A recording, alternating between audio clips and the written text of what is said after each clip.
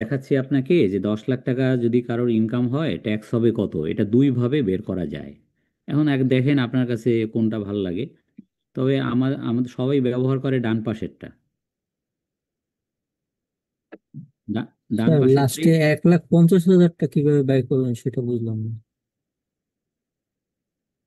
ভুল করছি নাকি? 4 আর 1 5।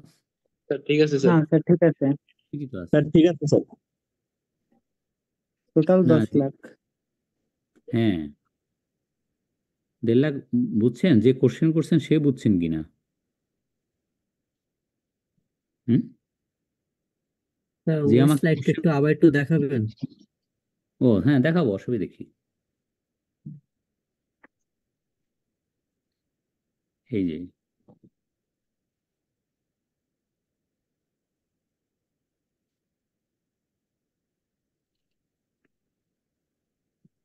ওই 1.5 লাখ টাকা আসছে ওই 5 লাখ টাকার স্ল্যাব থেকে। 5 লাখ টাকার স্ল্যাবে পড়ছে 1.5 লাখ।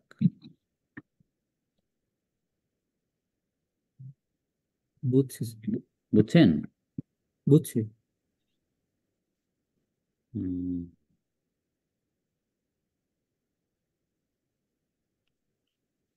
আচ্ছা এখন বলেন তো, যদি যদি কারোর 3,60,000 টাকা মানে ইনকাম হয় তার ট্যাক্স হবে কত? স্যার ঢাকা চট্টগ্রামের মধ্যে হলে 5,000 টাকা, আর আদার সিটি কর্পোরেশন হলে 4,000 টাকা, আর সিটি কর্পোরেশনের বাইরে হলে 3,000 টাকা। স্যার 500 টাকা। না, 5,000, 3,000, আচ্ছা, 4,000। প্রথমে যে বলছে তারটাই ঠিক। জি স্যার। হুম। সর্বনিম্ন 5,000 টাকা, তারপর 4,000, তারপর 3,000, লোকেশনের উপর বেস করে। হুম, হুম। সেইটাই, আপনি যদি 3,60,000 টাকা কারোর ইনকাম হয় এবং আপনি দেখবেন যে তার সেই আহ, 3,60,000 থেকে 3,50,000 তো শূন্য, থাকে 10,000। তা 10,000 পড়ছে আপনার 5% লাভে, তাতে আসে 10,000-এর 5%-এ আসে 500। কিন্তু ইনকাম ট্যাক্স কখনোই আপনার 5,000, 4,000 বা 3,000-এর নিচে হবে না। মিনিমাম ট্যাক্সে আটকে যাবে আর কি। বুঝছেন? Yes sir sir. এটা আলাদা হওয়ার কারণ কি স্যার? আলাদা হওয়ার কারণ কি মানে? লোকেশন অনুযায়ী আলাদা হওয়ার কারণ? ও, এইটা আলাদা হওয়ার এখন আর আলাদা নাই, মানে এই সরকার, বর্তমানে যে কেয়ারটেকার সরকার, এটা এক দেশে এক রেট করে দিছে। তো এক দেশে এক রেট করে দিছে যেটা, সেটা তো আপনার আগামী বছর থেকে কার্যকর। সেটা আরো, এই বাজেটটা পাশ হলে আরো ভালোভাবে বুঝতে পারবো। কিন্তু এখন পর্যন্ত তো এটা থাকার কথা, যে 5,000, 4,000। এটা হওয়ার কারণ ছিল মানে ঢাকা চিটাগাংয়ের লোক যত মানে আয় বাণিজ্য কর্মকাণ্ড সবকিছুতে আগায় আছে, মানে রিমোট এলাকার লোকজন তো ওইভাবে আগায় নাই, তারা অনেকটা পরিশ্রম করে, তাদেরকে একটু মানে করা, একটু রিলিফ দেওয়া আর কি। বিষয়টা এরকম আর কি।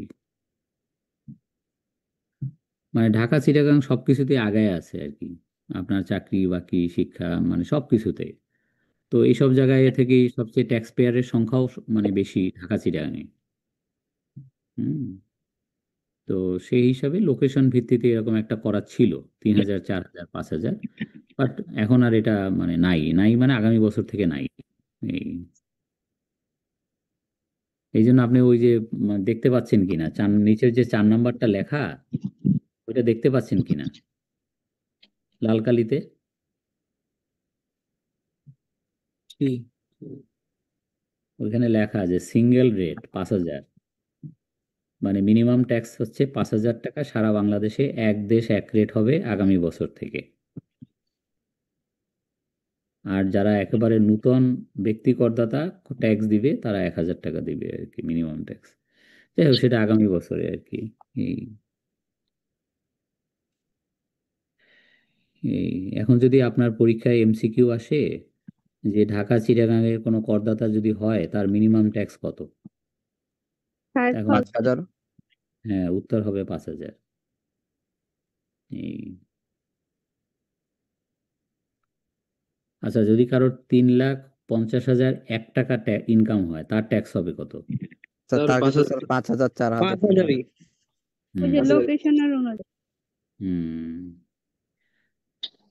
আর যদি কারোর 3,50,000 টাকা ইনকাম হয় তার ট্যাক্স হবে কত? স্যার ট্যাক্স দিতে হবে না। দিতে হবে না স্যার। Nil sir. তাহলে পার্থক্যটা বুঝছেন? ইয়েস যে স্যার। এক Yes, টাকা sir. এক টাকার এক টাকার জন্য আপনাকে 5,000 টাকা ট্যাক্স দিতে হবে। 3,50,000 টাকা যার ইনকাম তার ট্যাক্স হচ্ছে 0।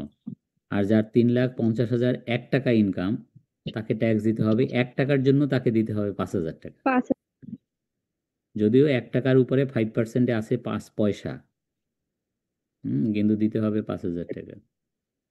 আর যদি কারোর ইনকাম হয় 2,80,000 টাকা, তার ট্যাক্স হবে কত? তাহলেও দিতে হবে না স্যার।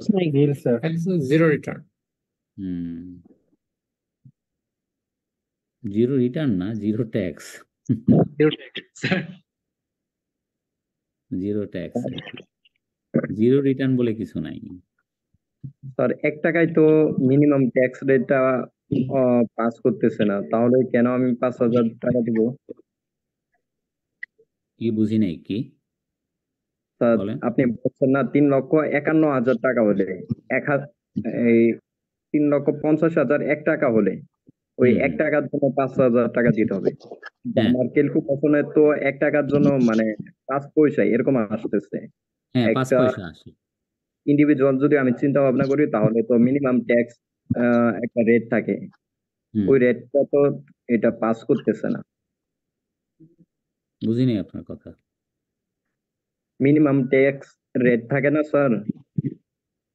আছে তো, 5,000 টাকা তো আছে নিচে 4 নম্বরে লেখা। এখন আমার ক্যালকুলেশনে 5,000 আসতেছে না। না, আসতেছে 5 পয়সা। এক 3,50,000 1 টাকা হলে আপনার 1 টাকা 3,50,000 পর্যন্ত তো শূন্য। জি তারপরে স্যার। 1 টাকার উপরে 5% আসে 5 পয়সা, কিন্তু মিনিমাম ট্যাক্স 5,000। তার মানে 5,000-এর নিচে আসলে 5,000, 5,000-এর উপরে হলে যা আসে তাই। আচ্ছা আচ্ছা, বুঝতে পারছি স্যার। মিনিমাম মানে কি? মিনিমামের বাংলা কি? ন্যূনতম 5,000। মানে যদি ক্যালকুলেশন করে আপনি দেখেন আপনার ট্যাক্স আসছে 5 পয়সা, 500 টাকা ইত্যাদি ইত্যাদি, 5,000 টাকার কম, তাহলে 5,000। আর যদি দেখেন আপনার ট্যাক্স আসছে 10,000 বা 22,500 বা 67,500, তাহলে তো ঠিকই আছে। 5,000-এর বেশি হলে তো কোনো কথা নেই, 5,000-এর কম হলে 5,000। বুঝছেন? আচ্ছা আচ্ছা, ঠিক আছে স্যার, মিনিমাম ধন্যবাদ। মানে কি? হ্যাঁ, ধন্যবাদ তো দিবি। মিনিমামের মানেটাই হলো তাই, তাই জি না? স্যার, বুঝতে পারছি।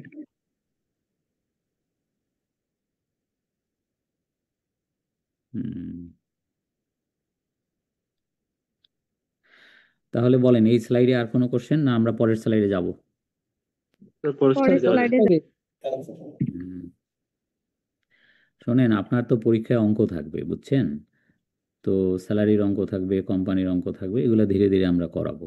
তো যখন স্যালারির অঙ্ক করাবো তখন এই বাম পাশের রেটটা আপনার মুখস্থ থাকতে হবে। জি স্যার। তো একটু দয়া করে এই বাম পাশের যে ট্যাক্স রেট, এই রেটটা আপনাকে মুখস্থ থাকতে হবে, নতুবা পরীক্ষার হলে আপনি পারবেন না। যখন অঙ্কটা করবেন, যখন ট্যাক্স বের করবেন, তখন আপনি পারবেন না। তো একটু দয়া করে এটাকে মুখস্থ করবেন যে প্রথম 3.5 লাখ শূন্য, পরের 1 লাখ টাকার উপরে 5, এইভাবে 5, 10, 15, 20, 25 এবং সর্বোচ্চ 30। আমি যদি এখন আরেকটা অঙ্ক দেই যে কারোর যদি 1 কোটি টাকা ইনকাম হয় তার ট্যাক্স হবে কত, এটা পারবেন না করতে? জি স্যার, স্যার, করা যাবে। জি স্যার, জি পারবো স্যার, স্যার। একটু সময় লাগবে, আপ- পারবো। সময় লাগবে কিন্তু আপনি পারবেন। এইভাবে ধাপে ধাপে করবেন এবং তখন দেখবেন আপনি 5, 10, 15, 20, 20, 25, 30 সবগুলো টাচ করছে, কি তাই না? জি স্যার।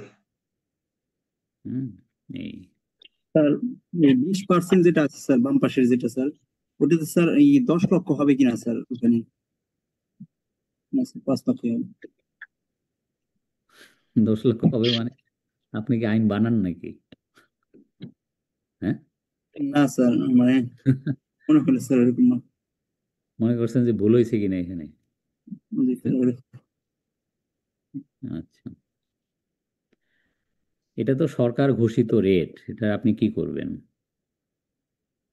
তো এটা মুখস্থ রাখতে হবে আপনার। 3.5, তারপরে 1, তারপরে 4, 5, 5, 5, 5 কিন্তু দুইটা, বুঝছেন? তারপরে 20, তারপরে এর বাকিটা নেই। ওইটাই হয়তো ভাবছিলাম যে স্যার 10 হবে কিনা, তারপর দুইটা থাকার কারণে।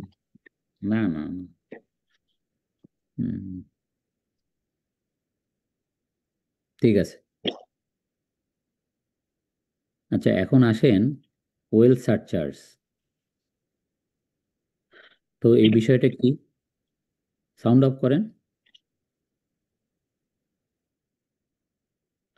আচ্ছা, বিষয়টা কি? সম্পদের উপরে স্যার ট্যাক্স নাকি বিষয়টা? হ্যাঁ, অনেকটা তাই। সেটা হলো কারোর যদি 4 কোটি টাকার উপরে সম্পদ থাকে, তাহলে 4 কোটি থেকে 10 কোটির মধ্যে যদি সম্পদ হয়, 4 কোটি 1 টাকা থেকে, তাহলে তাকে ট্যাক্সের 10% সারচার্জ দিতে হবে। এখন আজকে আপনাদের যে অঙ্কটা দিলাম, যে কারোর যদি 5 লাখ টাকা ইনকাম হয়, তাহলে তার ট্যাক্স হয় 10,000 টাকা। এটা বের করলাম না আমরা একটু আগে? জি স্যার। এখন যদি আপনাকে এই কোশ্চেনের সাথে আরেকটু জোড়া দেই, যে ওই যে ভদ্রলোকের আমরা ট্যাক্স বের করছি যে 5 লাখ টাকা তার ইনকাম, তার ট্যাক্স হচ্ছে 10,000 টাকা। তার যদি 5 কোটি টাকা সম্পদ হয় থাকে, তাহলে তাকে কত টাকা সারচার্জ দিতে হবে, ওয়েলথ সারচার্জ? বলতে পারবেন? 10%। 1,000 টাকা। Sir 10,10,000 maybe. স্যার তো 6,000 টাকা। হুম, স্যার 10,10,000 না, কারণ 1 কোটি টাকার উপর তো। 1 কোটি টাকা কি? 5 কোটি টাকা তার সম্পদ হচ্ছে, 5 কোটি টাকা। আচ্ছা, যাই হোক, উত্তরটা আমি বলে দিই। আপনার উত্তর, আপনার ক্লাসে একজন পারছে, যে প্রথম জবাব দিছে, উত্তর হচ্ছে 1,000 টাকা। আচ্ছা, সেটা কি?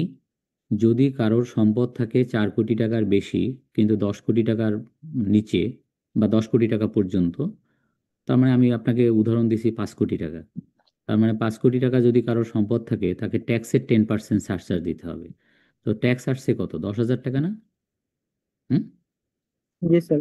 জি স্যার। 5 লাখ, 5 লাখ টাকা যার ইনকাম, তার ট্যাক্স আসছে 10,000। 10,000-এর 10%-এ 1,000 টাকা তাকে ওয়েল সারচার্জ দিতে হবে, তার সম্পদ 5 কোটি টাকা থাকার কারণে। জি স্যার। ক্লিয়ার? ক্লিয়ার জি স্যার। স্যার। হুম। তো এরকম যদি কারো সম্পদ থাকে 10 কোটি 1 টাকা থেকে 20 কোটি টাকা পর্যন্ত, তাহলে তাকে ট্যাক্সের 20% দিতে হবে। 20 কোটি 1 টাকা থেকে 50 কোটি টাকা পর্যন্ত যদি কারোর সম্পদ থাকে, নিট সম্পদ, তাহলে তাকে ট্যাক্সের 30% দিতে হবে। আর 50 কোটি টাকার উপরে যদি কারোর নিট সম্পদ থাকে, তাহলে তাকে ট্যাক্সের 35% সারচার্জ দিতে হবে। কি সারচার্জ? এটার নাম হচ্ছে ওয়েলথ সারচার্জ, বাংলা হচ্ছে সম্পদ সারচার্জ। বেশি টাকা সম্পদ থাকার কারণে তার ট্যাক্সের উপরে আবার একটা সারচার্জ হবে, এরকম বিষয়টা। আর প্রথমে একটা জিনিস, যাদের 4 কোটি টাকা পর্যন্ত সম্পদ, তাদের কোনো সারচার্জ হবে না ব্যক্তির ক্ষেত্রে। এবং এই সারচার্জটা কিন্তু শুধু ব্যক্তির ক্ষেত্রে, এটা বলে রাখি, অন্য কারোর ক্ষেত্রে নয়। আচ্ছা, কথাটা ঠিক আছে? এখন পরীক্ষায় কোশ্চেন আসতে পারে যে surcharge, wealth surcharge is applicable for individual, Hindu undivided family and partnership firm. Is it true or false? Sir false উত্তর স্যার। হচ্ছে, উত্তর হচ্ছে ফলস। কারণ এই যেটা পড়ানো হচ্ছে, যেটা আপনাকে এখন দেখানো হচ্ছে, এটা হিন্দু আনডিভাইডেড ফ্যামিলির উপরে প্রযোজ্য নয়, পার্টনারশিপ ফার্মের উপরে প্রযোজ্য নয়, কোম্পানির উপরে প্রযোজ্য নয়, কারোর উপরে প্রযোজ্য নয় আদার দ্যান ব্যক্তি। ঠিক আছে? আচ্ছা, এটা গেল এক। 2 নম্বর কথা হলো, যদি কারোর একাধিক গাড়ি থাকে, এক নামে যদি একাধিক গাড়ি থাকে এবং তার 4 কোটি টাকার নিচে সম্পদ থাকে, তাহলেও তাকে 10% ট্যাক্সের 10% সারচার্জ দিতে হবে। যেমন এক ভদ্রলোকের ইনকাম হচ্ছে 5 লাখ টাকা, তার ট্যাক্স আসে 10,000 টাকা, আর সম্পদ আছে তার 3.5 কোটি, মানে 4 কোটির নিচে, কিন্তু তার নিজের নামে 2টা গাড়ি। এখন কি হবে? সারচার্জ দেওয়া লাগবে 1,000 টাকা। হ্যাঁ, রাইট, সারচার্জ দিতে হবে। ওইটাই। আর একটা কথা বলছে, যদি বাংলাদেশের যে সব মিলিয়ে যদি তার 8,000 স্কোয়ার ফিটের উপরে বাড়ি থাকে, বা ফ্ল্যাট থাকে, বা অ্যাপার্টমেন্ট থাকে, তাহলেও তাকে দিতে হবে, তার 4 কোটি টাকার নিচে সম্পদ হওয়া সত্ত্বেও। ধরেন একটা লোকের 3টা ফ্ল্যাট ঢাকায়, এবং 3টা ফ্ল্যাট যদি স্কোয়ার ফিট যোগ করা হয়, তাহলে 8,000 স্কোয়ার ফিটের উপরে। হুম। তো সেই ক্ষেত্রে তার যদি সম্পদ 4 কোটি টাকার নিচে হয়, তাহলে কি তাকে সারচার্জ দিতে হবে? উত্তর হলো ইয়েস। স্যার যখন একাধিক গাড়ি থাকবে এবং সম্পত্তি 5 কোটি টাকা বা মানে 4 থেকে 10 এই রেঞ্জে থাকবে, তখন হুম, ঠিক 10% দেওয়া লাগবে না 20% দেওয়া লাগবে? না 10%ই একই, মানে সে যেহেতু তার সম্পদ হলো 4 কোটি টাকার বেশি, আবার এদিকে 2টা গাড়ি আছে, আবার 8,000 স্কোয়ার ফিটের উপরে বাড়ি আছে, তো তিনটাই কোয়ালিফাই করছে, তো তিনটা কোয়ালিফাই করলেও 10। 10 ওকে বুঝছেন? ওকে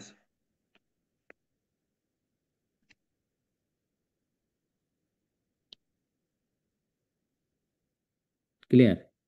কোনো কোশ্চেন?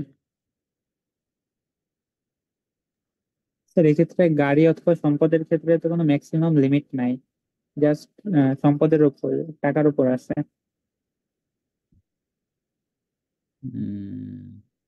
কি ম্যাক্সিমাম লিমিট মানে? মানে এই যে টাকা যদি 10 কোটির উপরে চলে যায় তাহলে তার ট্যাক্সের রেটটা বেড়ে যাচ্ছে, এক্ষেত্রে গাড়ি যদি এরকম 2টা থেকে 5টার উপরে হয়ে যায়, এরকম কোনো লিমিট আছে কিনা?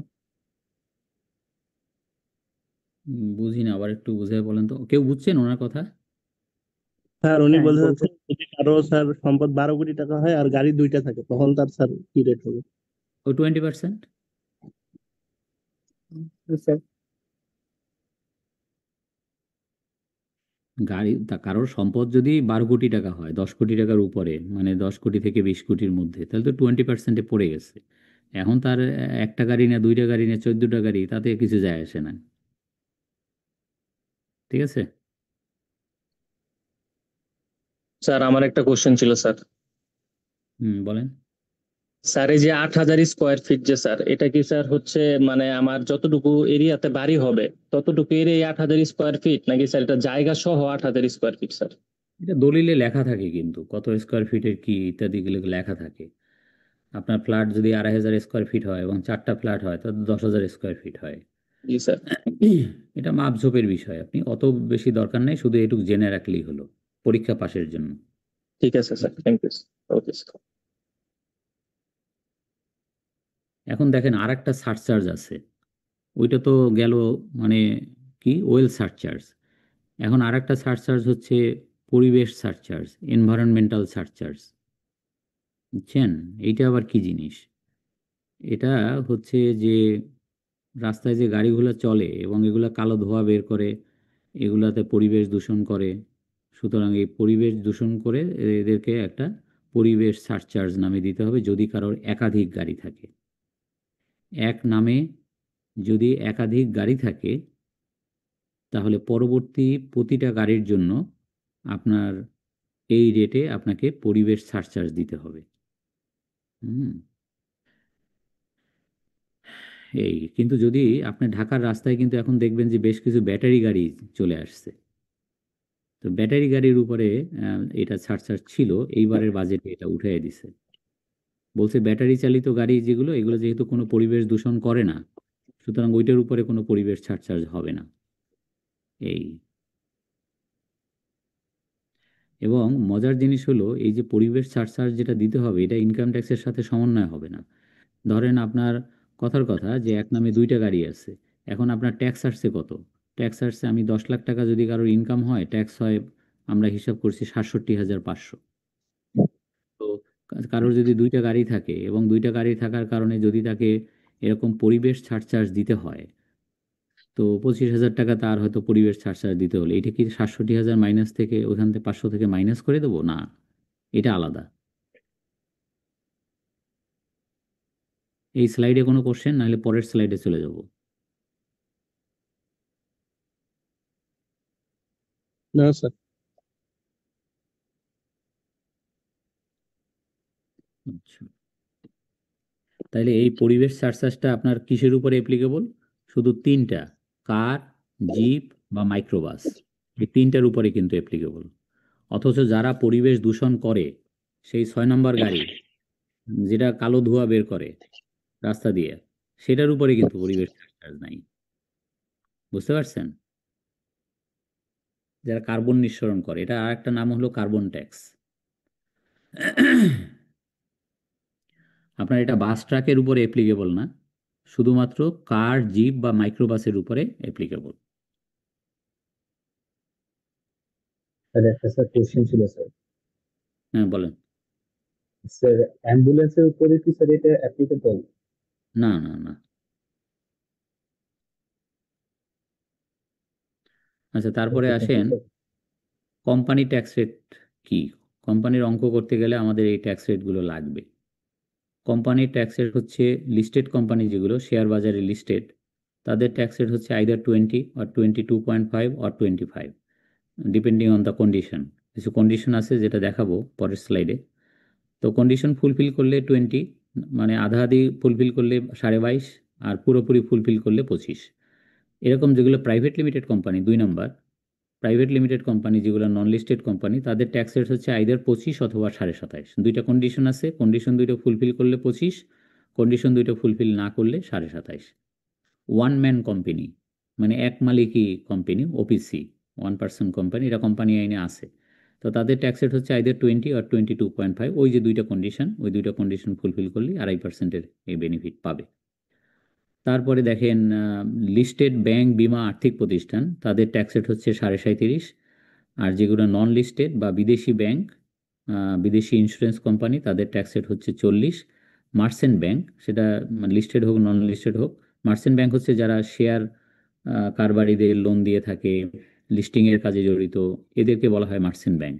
এদের ট্যাক্স রেট হচ্ছে 37.5, ব্যাংকের মতোই আর কি। আর মোবাইল ফোন কোম্পানিগুলো, তাদের ট্যাক্স রেট হচ্ছে 40 অথবা 45, যদি লিস্টেড হয় 40, আর যদি লিস্টেড না হয় তাহলে 45। যেমন আপনার গ্রামীণ ফোন, তারপরে বাংলা লিঙ্ক, এদের ট্যাক্স রেট হচ্ছে 40। আর তার বাংলা লিঙ্ক না, সরি ভুল বলছি, গ্রামীণ ফোন, রবি, এদের ট্যাক্স রেট হচ্ছে, হ্যাঁ এদের ট্যাক্স রেট হচ্ছে 40, আর বাংলা লিঙ্কের ট্যাক্স রেট হচ্ছে 45। যেহেতু বাংলা লিঙ্ক এখনো শেয়ার বাজারে আসেনি। এই আর হচ্ছে লাস্টে বলা আছে যারা তামাকজাত পণ্য উৎপাদন করবে, বিড়ি, সিগারেট, গুল, জর্দা, এইগুলা যারা উৎপাদন করবে, সে কোম্পানি হোক, পার্টনারশিপ ফার্ম হোক, ব্যক্তি হোক, তার ট্যাক্স রেট হচ্ছে ডাইরেক্ট 45%। ইনকামের উপরে ডাইরেক্ট, এগুলো কিন্তু সব ডাইরেক্ট। আপনি যা দেখতে পাচ্ছেন এখানে কিন্তু স্ল্যাব নাই। আপনার ব্যক্তির যেরকম স্ল্যাব দেখছেন এতক্ষণ ধরে, প্রথম 3.5 লাখ টাকা শূন্য এরকম করে করে, এখানে কিন্তু ওরকম না, এটা ডাইরেক্ট অ্যাকশন।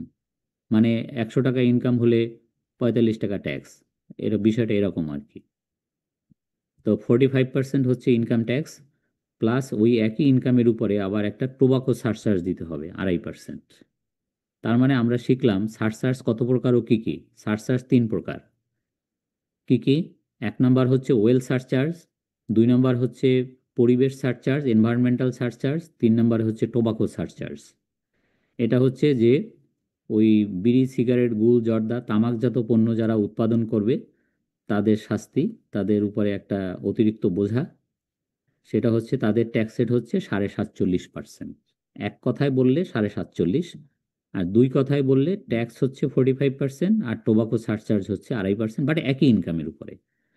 মানে কারোর যদি 100 টাকা আয় হয়, তাহলে তার 45 টাকা হবে ট্যাক্স, আর 2.5 টাকা হবে টোবাকো সারচার্জ, তাকে দিতে হবে টোটাল 47.5 টাকা। এবং সে ব্যক্তি হলেও, মজার ব্যাপার হলো সে ব্যক্তি হলেও এটা অ্যাপ্লিকেবল। যেমন বাংলাদেশে হাকিমপুরি জর্দা বানায় একজন, তার নাম হচ্ছে কাউস মিয়া, গত বছর মারা গেছে। তো কাউস মিয়ারও কিন্তু একই ঘটনা। কাউস মিয়ার কিন্তু যদি 100 টাকা আয় হয় এই হাকিমপুরি জর্দা থেকে, তার 45 টাকা ট্যাক্স দিতে হয় এবং 2.5 টাকা সারচার্জ দিতে হয়, টোবাকো সারচার্জ। বুঝছেন? তো এই হচ্ছে বিষয়। তো কারোর কোনো কোশ্চেন এই স্লাইডে?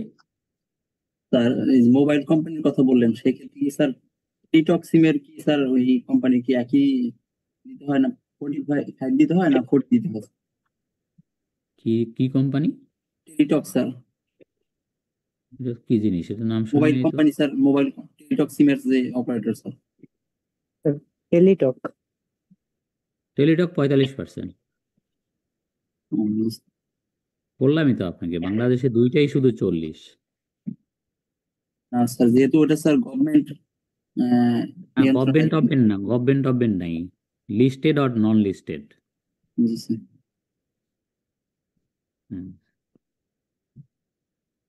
এই কোনো কোশ্চেন এই স্লাইডে? নাই? স্যার আচ্ছা, দুইটা কন্ডিশন কিন্তু, এই যে দুইটা কন্ডিশন, একটা হলো প্রাইভেট লিমিটেড কোম্পানির ট্যাক্স রেট হচ্ছে 25 অথবা 27.5, আর ওয়ান ম্যান কোম্পানির ট্যাক্স রেট হচ্ছে 20 বা 22.5, দুইটা কন্ডিশন ফুলফিল করলে রেটটা 2.5% কম। কন্ডিশন দুইটা কি কি? সেটা হলো সমস্ত বিক্রির টাকা ব্যাংকিং চ্যানেলে হতে হবে, ক্যাশে হলে চলবে না। আর 5 লাখ টাকার উপরে খরচ আপনার ব্যাংকিং চ্যানেলে করতে হবে, এবং বছরে সর্বমোট 36 লক্ষ টাকার উপরে আপনার ব্যাংকিং চ্যানেল ছাড়া খরচ করা যাবে না। তো এই শর্ত এমনভাবে দেওয়া যে এটা মানা সম্ভব না, অনেকটাই সম্ভব না। ফলে এই বেনিফিট অনেক কোম্পানি নিতে পারে না বাস্তবে। 2.5%-এর যে বেনিফিট, ঠিক আছে? কোনো কোশ্চেন এই স্লাইডে? বুঝি নাই স্যার, কি বলবেন একটু? একটা কোম্পানির যত বিক্রয়, সেলসের বাংলা হচ্ছে বিক্রয়, বিক্রয়ের সমস্ত বিক্রির টাকা ব্যাংকিং চ্যানেলে হতে হবে, মানে ব্যাংক মারফত হতে হবে। নগদে হতে পারে, নগদে বিক্রয় ডিসকারেজ করা হচ্ছে।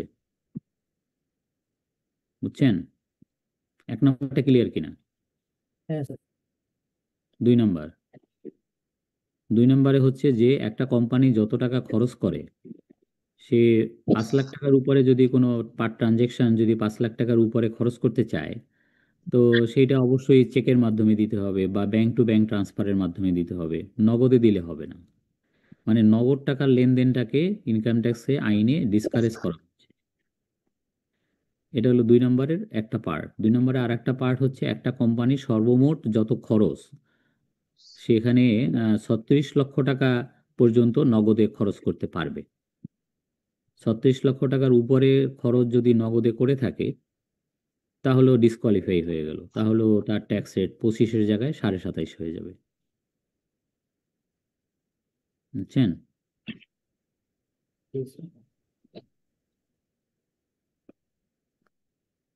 স্যার 36 লক্ষের যে লিমিট, এটা কি শুধুমাত্র নগদের জন্য? নগদ, হ্যাঁ। 36 মাসে সব ব্যাংকিং চ্যানেল গুলো আছে। ওই তো 36 লক্ষ টাকা যদি এক্সিড করে, মানে ব্যাংকিং চ্যানেল ছাড়া মানে নগদ, মানে একটা কোম্পানি নগদ টাকায় খরচা করছে 40 লাখ টাকা, তার মানে ডিসকোয়ালিফাই হয়ে গেল। নগদ টাকায় খরচ করতে পারতো সর্বোচ্চ 36 লক্ষ টাকা। বুঝছেন? জি স্যার। 36 লক্ষ টাকার বেশি খরচ করতে গেলেই তাকে ব্যাংকিং চ্যানেলে খরচ করতে হবে, তাহলে সে 2.5%-এর বেনিফিট পাবে। এই দুইটা কন্ডিশন দেওয়া আছে। তো দুইটা কন্ডিশন যদি ফুলফিল করা সম্ভব না হয়, তো কি হবে? 2.5% বেশি ট্যাক্স দিতে হবে আর কি। বুঝছেন?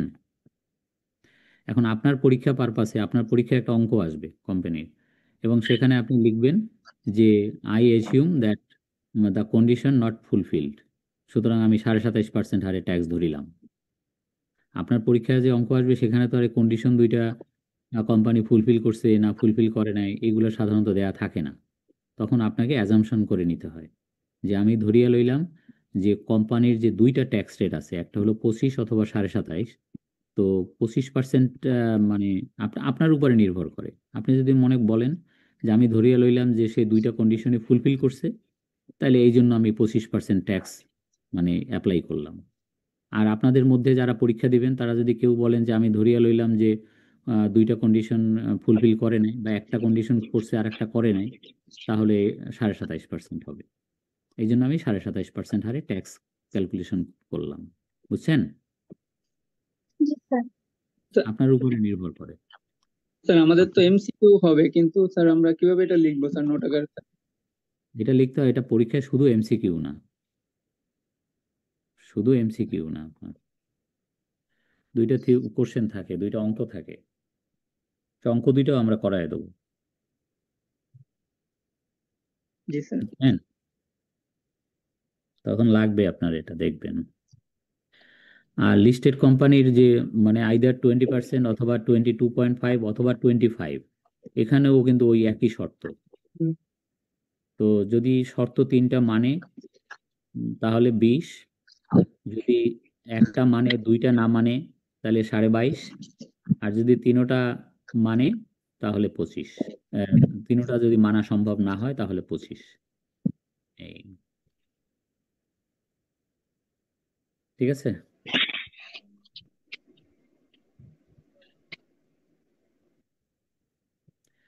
আচ্ছা, আচ্ছা, কিছু রিডিউস ট্যাক্স রেট আছে যেগুলো এসআরও দ্বারা করা আর কি। সেটা হলো যে রপ্তানি, যে সমস্ত কোম্পানি আপনার গার্মেন্টস রপ্তানি করে বা মানে ওই কি বলে লেদার রপ্তানি করে, বা বাংলাদেশ থেকে তো অনেক কিছুই রপ্তানি হয়। তো সেই যারা রপ্তানি করে সেই সমস্ত কোম্পানির ট্যাক্স রেট হচ্ছে 10 অথবা 12। সাউন্ড বন্ধ করেন।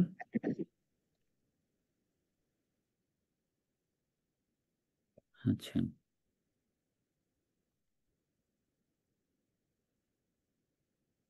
তো এইখানে আপনার দেখতে পাচ্ছেন যে 10 অথবা 12, 10 অথবা 12 মানে কি? 10 অথবা 12 মানে হচ্ছে যদি ওই ফ্যাক্টরি যদি লিড সার্টিফাইড ফ্যাক্টরি হয়, গ্রিন বিল্ডিং সার্টিফিকেশন থাকে, তাহলে ট্যাক্স রেট হচ্ছে 10, আর আদারওয়াইজ 12। তো বাংলাদেশে ম্যাক্সিমাম ফ্যাক্টরিগুলোই হচ্ছে লিড সার্টিফাইড না। মানে গ্রিন বিল্ডিং সার্টিফিকেশন নাই, তো সেক্ষেত্রে ট্যাক্স রেট হচ্ছে তাদের 12, আদারওয়াইজ 10। ক্লিয়ার? জি স্যার। আচ্ছা, তার মানে প্রথম মানে কথা আমরা কি শিখলাম, যে গার্মেন্টস ইন্ডাস্ট্রি, যেগুলো গার্মেন্টস এক্সপোর্ট ইন্ডাস্ট্রি, তো তাদের ট্যাক্স রেট কত? উত্তর হচ্ছে 10 অথবা 12। এখন আপনি যদি বলেন যে পরীক্ষা পারপাসে আমি কি করব, 10 লিখবো না 12 লিখবো, এটা আপনার উপরে ডিপেন্ড করে, আপনি যা যা ধরে নেবেন আর কি। হুম এই তার টেক্সটাইলের ট্যাক্স রেট হচ্ছে 15, জুটের হচ্ছে 10, এরকম আর কি। মানে এসআরও দ্বারা, এসআরওর এব্রিভিয়েশন হচ্ছে স্ট্যাটুটরি রেগুলেটরি অর্ডার। হুম তো তার মানে কি, আমরা যে প্রথমে যে 6টা লিখছি তার পাশাপাশি আপনাকে কিছু এসআরও জানতে হবে, এটা এটা ভুলে তখন লেখানো হয়নি। আপনাদের ক্লাসের শুরুতেই লিখে দিছি যে আমার কোত্থেকে আমরা পড়ব, তার ভিতরে এইটা ভুলে লেখাই নেই। সেটা হলো এসআরও, কিছু কিছু এসআরও আমাদেরকে এরকম জানতে হবে। ঠিক আছে? জি স্যার।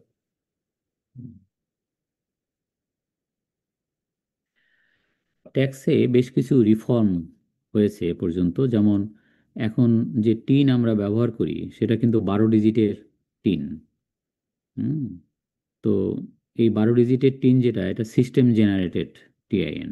টিআইএন মানে হলো ট্যাক্স পেয়ার আইডেন্টিফিকেশন নাম্বার, আর ভ্যাটে হচ্ছে বিআইএন, বিজনেস আইডেন্টিফিকেশন নাম্বার। এই তো এইটা এনবিআর এর একটা অ্যাটেম্প্ট ছিল যে একটা ইউনিফাইড টিআইএন করার, যে টিন বিন দুইটাকে মার্জ করে একটাই নাম্বার হবে এরকম, কিন্তু সেটা হয়নি। তো ইনকাম ট্যাক্সের জন্য টিআইএন, ভ্যাটের জন্য বিআইএন, এইভাবেই চলছে। তারপরে দেখেন উইথহোল্ডিং ট্যাক্স। তো উইথহোল্ডিং ট্যাক্স বা অনেকে টিডিএস বলে এটাকে, অর্থাৎ উৎসে আয়কর কর্তন। তো উৎসে আয়কর কর্তন অনেকগুলো খাত আছে, যেগুলো নিয়ে আমাদের আলাদা ক্লাস আছে আপনাদের সাথে। এবং তার ভিতরে একটা তো আপনি বলেই ফেলছেন যে আমি চাকরি করি, তো আমার বেতন থেকে তো প্রতি মাসে ট্যাক্স কেটে রাখে, ওইটাই এইটা আর কি। অর্থাৎ উৎস মূলেই যখন ট্যাক্স কেটে রাখে, সোর্সেই যখন ট্যাক্স কেটে রাখে, ওইটাকে বলে উইথহোল্ডিং ট্যাক্স। তো এরকম খাত আছে অনেকগুলো, বেতন, ঠিকাদারি, আমদানি রপ্তানি ইত্যাদি, ব্যাংক ডিপোজিট, এরকম অনেকগুলো খাত আছে যেগুলো আমরা দেখব যে কোন কোন খাতের উপরে কত পার্সেন্ট হারে উৎসে আয়কর কর্তন করতে হয়। এই তারপরে দেখেন 3 নম্বরে হচ্ছে সিম্পলিফিকেশন অফ ট্যাক্স অ্যাসেসমেন্ট। এখন তো আপনি জানেন কিনা জানি না যে আমাদের সমস্ত মানে রিটার্ন সাবমিশনগুলো হয়ে থাকে সেলফ অ্যাসেসমেন্টে। এখন আর নর্মাল অ্যাসেসমেন্ট নাই বললেই চলে। আপনাকে রিটার্ন সাবমিট করতে হবে। এবছর থেকে যে নতুন আইন, সেখানে বলছে যে প্রত্যেকটা রিটার্ন সাবমিট করতে হবে অনলাইন, আর অনলাইন প্ল্যাটফর্মে। আর 2 নম্বরে হলো আন্ডার সেলফ অ্যাসেসমেন্ট। বলতে পারেন যে স্যার সেলফ অ্যাসেসমেন্ট কি? সেলফ অ্যাসেসমেন্ট হলো যে নিজের অ্যাসেসমেন্ট নিজে করে রিটার্নটা সাবমিট করা। অর্থাৎ আমি সমস্ত ইনকাম ট্যাক্সের আইন কানুন জানি, আমার ইনকাম কত, 10 লাখ, আমার কত টাকা ট্যাক্স আসছে, 67,500। তাহলে এই 67,500 টাকা আমাকে জমা দিয়ে রিটার্ন ফিল আপ করে আমি জমা দেবো, এটাই হয়ে যাবে সেলফ অ্যাসেসমেন্ট। সেলফ অ্যাসেসমেন্ট, সেলফের বাংলা হলো দন্তের বফলা, তার মানে নিজের কাজ নিজে করা, মানে ডিসিটির উপরে ছেড়ে না দেওয়া। তা বলতে পারেন যে আমি যা করে দেবো তাই কি ডিসিটি মেনে নিবে? নো, এটা অডিটে পড়তে পারে, সেগুলো পড়াবো ধীরে ধীরে। যে মানুষ বা কোম্পানি যে রিটার্ন সাবমিট করে সেটাই কি ফাইনাল? সে যা ট্যাক্স মনে করে ও যা ট্যাক্স দিবে এটাই কি গভর্নমেন্ট মেনে নেবে? সব ক্ষেত্রে না। যদি অডিটে পড়ে, অডিটের জন্য বাছাই হয়, তখন দেখা যায় যে তার ট্যাক্স আরও বাড়তেও পারে। এই, বাট সব ক্ষেত্রে না। লাস্টে হচ্ছে অনলাইন রিটার্ন ফাইলিং। এটা তো বললাম যে এখন থেকে এই বছরে 1 জুলাই থেকে নতুন কর বছর যেটা আসতেছে 25-26, যেটা পড়ানো হচ্ছে আজকে, তো 25-26 কর বছরে আইন করছে যেটা, যেটা হয়তো পাশ হতে আর 2-1 দিন দেরি হবে, সেখানে বলছে যে অনলাইনে রিটার্ন সাবমিশন ম্যান্ডেটরি। সে ব্যক্তি হোক কোম্পানি হোক সবার জন্য। এখন আর কারো রিটার্ন দাখিল করতে সার্কেল অফিসে বা ইনকাম ট্যাক্স অফিসে যেতে হবে না, ফিজিক্যালি যেতে হবে না। মানে ঘরে বসে বা অফিসে বসেই সে অনলাইনে রিটার্ন সাবমিট করতে পারবে, এবং অনলাইনে রিটার্ন সাবমিট করলে সাথে সাথে সে অ্যাকনোলেজমেন্ট স্লিপ বা পিএসআর, যেটা proof of submission of return, এটা পেয়ে যাবে। এটা প্রিন্টার থাকলে সাথে সাথে প্রিন্ট করে রেখে দিবে। এই মানে, এবং সারা পৃথিবীতে কিন্তু অনলাইনটাই চালু, আমাদের দেশে মানে ফিজিক্যালটাও চালু ছিল। তো যাই হোক, এটা এবছর থেকে বন্ধ। প্রস্তাব তো আছে, দেখা যাক আর কি। তো এই স্লাইডে কোনো কোশ্চেন?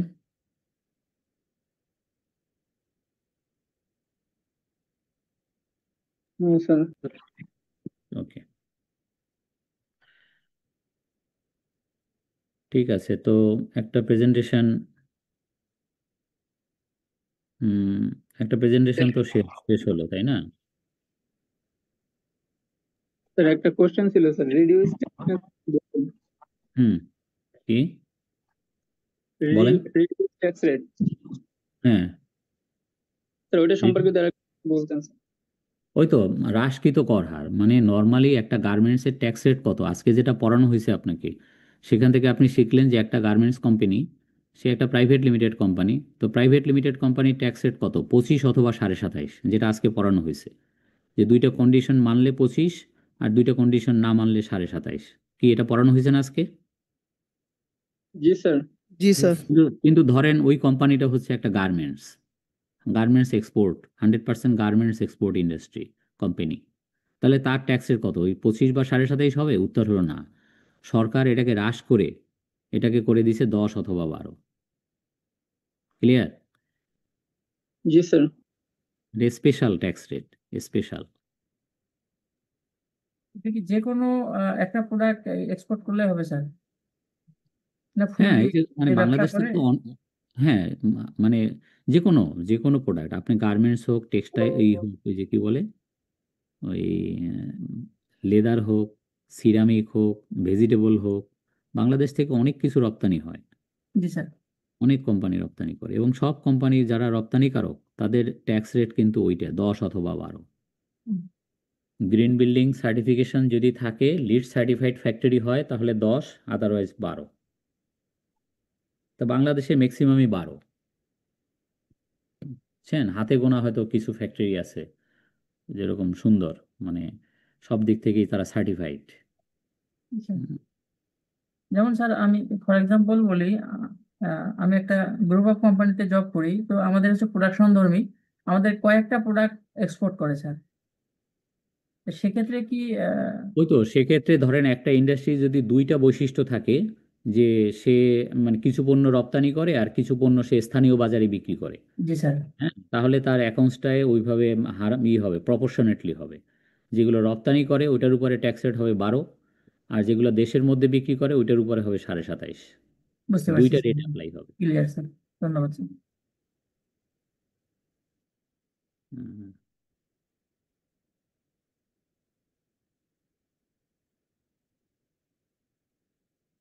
আর কোনো কোশ্চেন? হুম,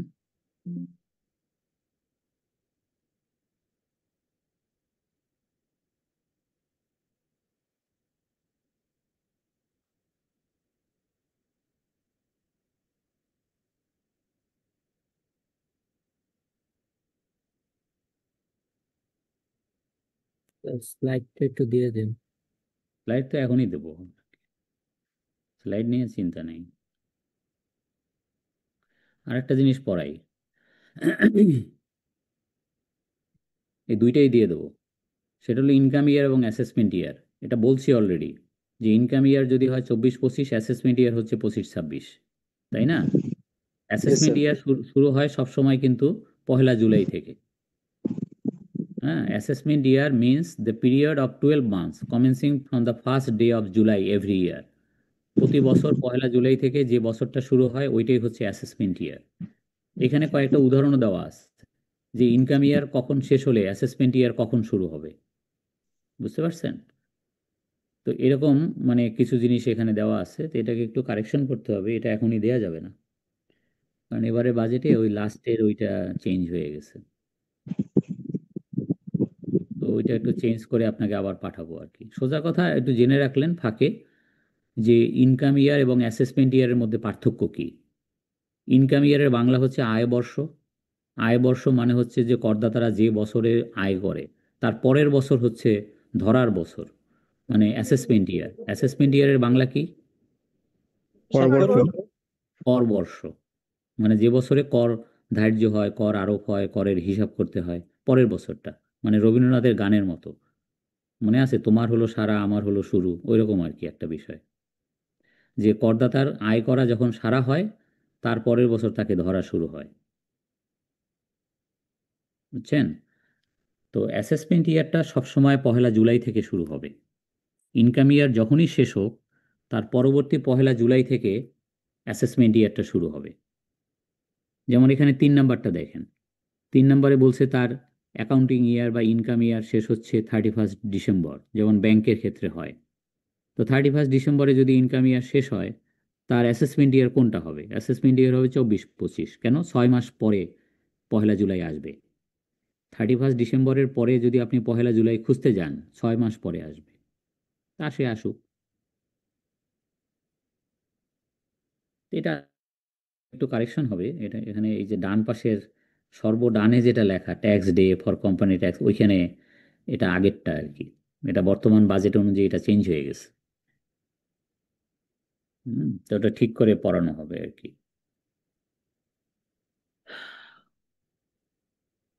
কি জাভেদ কিছু বলবেন? আর আমাদের তো ক্লাসের পরীক্ষাতে সময় কম, কিভাবে পড়লে ভালো করতে পারবো? এগুলো সব হবে আপনার। আজকে ক্লাস শুরু, আজকে শেষ ক্লাস না, যে রঞ্জন স্যারের আজকে শেষ ক্লাস, স্যারের কাছ থেকে জেনে নিয়ে কিভাবে পরীক্ষা দিতে হবে, কি করতে হবে, এগুলো নট নাও, বুঝছেন? স্যার সাধারণত আমরা আপনাদের ক্লাস কয়টা পাবো?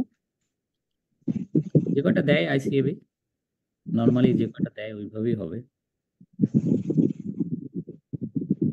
বুঝছেন?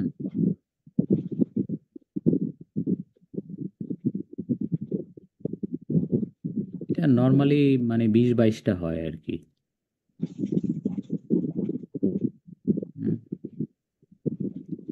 তো ঠিক আছে,